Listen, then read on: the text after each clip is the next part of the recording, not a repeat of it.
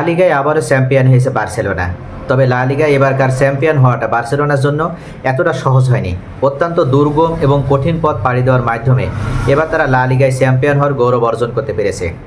তবে লা লিগায় এবার যে বার্সেলোনা চ্যাম্পিয়ন হয়েছে এটার পেছনে 5টি কারণ দায়ী আছে, অর্থাৎ 5 কারণে এবার লা লিগায় বার্সেলোনা চ্যাম্পিয়ন হতে পেরেছে। তো প্রিয় দর্শক, চলুন সেই 5টি কারণ এখন আমি আপনাদের সামনে পর্যায়ক্রমে তুলে ধরব। কঠিন এক সময়ে বার্সেলোনার দায়িত্ব নিয়েছিলেন হ্যান্সি ফ্লিক। আগের মৌসুমে সব হারানো বার্সা যখন চারপাশে অন্ধকার দেখছিল, তখনই দলটির ডাগ আউটে আসেন এই জার্মান কোচ। বার্সার হয়ে ফ্লিকের শুরুটা অবশ্য ভালোভাবে হয়নি। হুয়ান গাম্বার ট্রফিতে মোনাকোর কাছে 3-0 গোলে বিধ্বস্ত হয় কাতালান ক্লাবটি। সে সময় অনেকেই ফিলিক্সের মধ্যে জাভি 2 দেখে ফেলেছিল, মনে হচ্ছিল আরেকটি ব্যর্থতার গল্পই হয়তো লেখা হতে যাচ্ছে। কিন্তু প্রথম মৌসুম শেষেই সেসব সন্দেহ পোষণকারীদের ভুল প্রমাণ করেছেন ফ্লিক। বার্সায় নিজের প্রথম মৌসুমে তিনি দলকে জিতিয়েছেন 3টি ট্রফি। জানুয়ারিতে স্প্যানিশ সুপার কাপ জিতে শুরুটা করেছিলেন। এরপর গত মাসে কোপা দেল রে ও গতকাল রাতে বার্সা নিশ্চিত করেছেন লা লিগা ট্রফিও। এর ফলে 2022 থেকে 23 মৌসুমের পর আবার লিগ জয়ের স্বাদ পেল বার্সা। ফ্লিকের হাত ধরে বার্সার বদলে যাওয়ার পেছনে ভূমিকা রেখেছে বেশ কিছু কারণ। তার ভিতরে 1 নম্বর, ফ্লিকের কার্যকারী কৌশল। জার্মান জাতীয় দলে ব্যর্থ হলেও ক্লাব ফুটবলে ফ্লিক সেরাদের একজন। বায়ার্ন মিউনিখের হয়ে 2019-20 মৌসুমে ট্রেবল জয়ের পাশাপাশি বেশ কিছু ট্রফি জিতেছেন তিনি। ফলে সাফল্য কিভাবে পেতে হয় সেটা মোটেই তার অজানা ছিল না। আর এই সাফল্যের পেছনে ফ্লিকের মূল অস্ত্র তার কৌশল। ট্যাকটিক্যালি শুরু থেকে খুব দূরদর্শী ছিলেন ফ্লিক।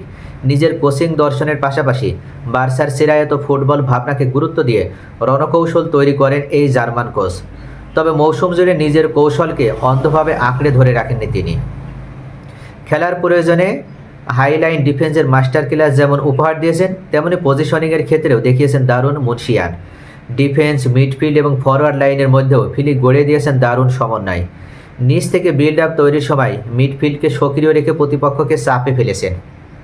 অ্যাটাকিং থার্ডে বরাবরই বার্সা খেলোয়াড়দের চেষ্টা ছিল ফাঁকা জায়গা বের করে শট নেওয়ার দিকে। আবার পিছিয়ে পড়লেও ঘুরে দাঁড়ানোর লক্ষ্যে কৌশলে সূক্ষ্ম কিছু পরিবর্তন এনেছেন ফ্লিক।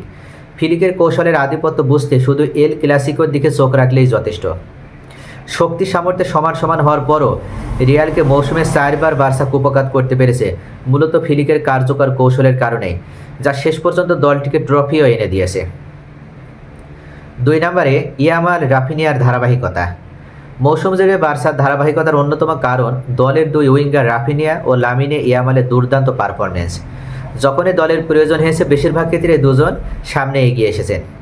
সর্বশেষ এল ক্লাসিকের কথাই ধরা যাক। রিয়ালের বিপক্ষে কিলিয়ান এমবাপ্পের জোড়া গড়ে পিছিয়ে পড়ার পর ইয়ামাল ও রাফিনিয়ার পারফরমেন্সে সেদিন বার্সাকে উদ্ধার করেছিল। তবে সেই ম্যাচটি একটি উদাহরণ মাত্র। মৌসুম জুড়ে অসংখ্য ম্যাচে বিপজ্জনক পরিস্থিতি থেকে দলকে রক্ষা করেছেন এই দুজন, যা শেষ পর্যন্ত বার্সাকে শিরোপা জিতিয়েছে। 3 নম্বরে, গুরুত্বপূর্ণ সময়ে রিয়ালের হোঁচট। এই মৌসুমে এক পর্যায়ে লা লিগার লড়াইটা মনে ছিল মাদ্রিদের 2 ক্লাব রিয়াল ও অ্যাটলেটিকো মাদ্রিদের মধ্যেই হতে যাচ্ছে। বিশেষ করে জানুয়ারির শেষ দিকে শীর্ষে থাকা রিয়ালে চেয়ে বার্সা 7 পয়েন্ট পিছিয়ে যাওয়ার পর অনেক বার্সা সমর্থক হতাশ হয়ে পড়েছিলেন। কিন্তু এরপরে উল্টো পথে যাত্রা শুরু করে 2 দল, যেখানে বার্সা কেবল ওপরে চড়েছে আর রিয়াল নেমেছে নিচের দিকে। এক পর্যায়ে লা লিগার নিয়ন্ত্রণ নিয়ে নেয় বার্সা। 4 নম্বরে, হাল না ছাড়ার মানসিকতা। চলতি মৌসুমে বার্সার সাফল্যের অন্যতম কারণ তাদের হাল না ছাড়ার মানসিকতা। শুরুতে ধাক্কা খেয়েও বারবার ঘুরে দাঁড়িয়েছে তারা। একসময় দেখা গেছে 9 ম্যাচে পিছিয়ে গিয়েও তারা ঘুরে দাঁড়িয়েছে, যেখানে 4 ম্যাচে বার্সা জিতেছে 2 গোলে পিছিয়ে পড়ার পর, যার মধ্যে এল ক্লাসিকো দ্বিতীয় লেগের ম্যাচটিও আছে। এবং সর্বশেষ, তারুণ্যের প্রতি আস্থা। ফ্লিকের সামনে সাফল্যের আরেকটি বড় কারণ তারুণের উপর আস্থা রাখা। রবার্ট লেভানডোভস্কি, ভয়েসেক সেজনির মতো অভিজ্ঞ খেলোয়াড় থাকলেও বার্সার এই দল মূলত তরুণদেরই প্রতিনিধিত্ব করেছে। লামিন ইয়ামাল, পেদ্রি, পাউ কুবার্সি, ফেরান তোরেসা বা এরিক গার্সিয়ার মতো তারকাদের বয়স 25 বা তার কম। এই খেলোয়াড়রাই মূলত মৌসুম জুড়ে ইঞ্জিনের মতো ধারাবাহিক পারফরমেন্স করেছেন, যা বার্সার সফল হওয়ার পথেও রেখেছেন বড় ভূমিকা।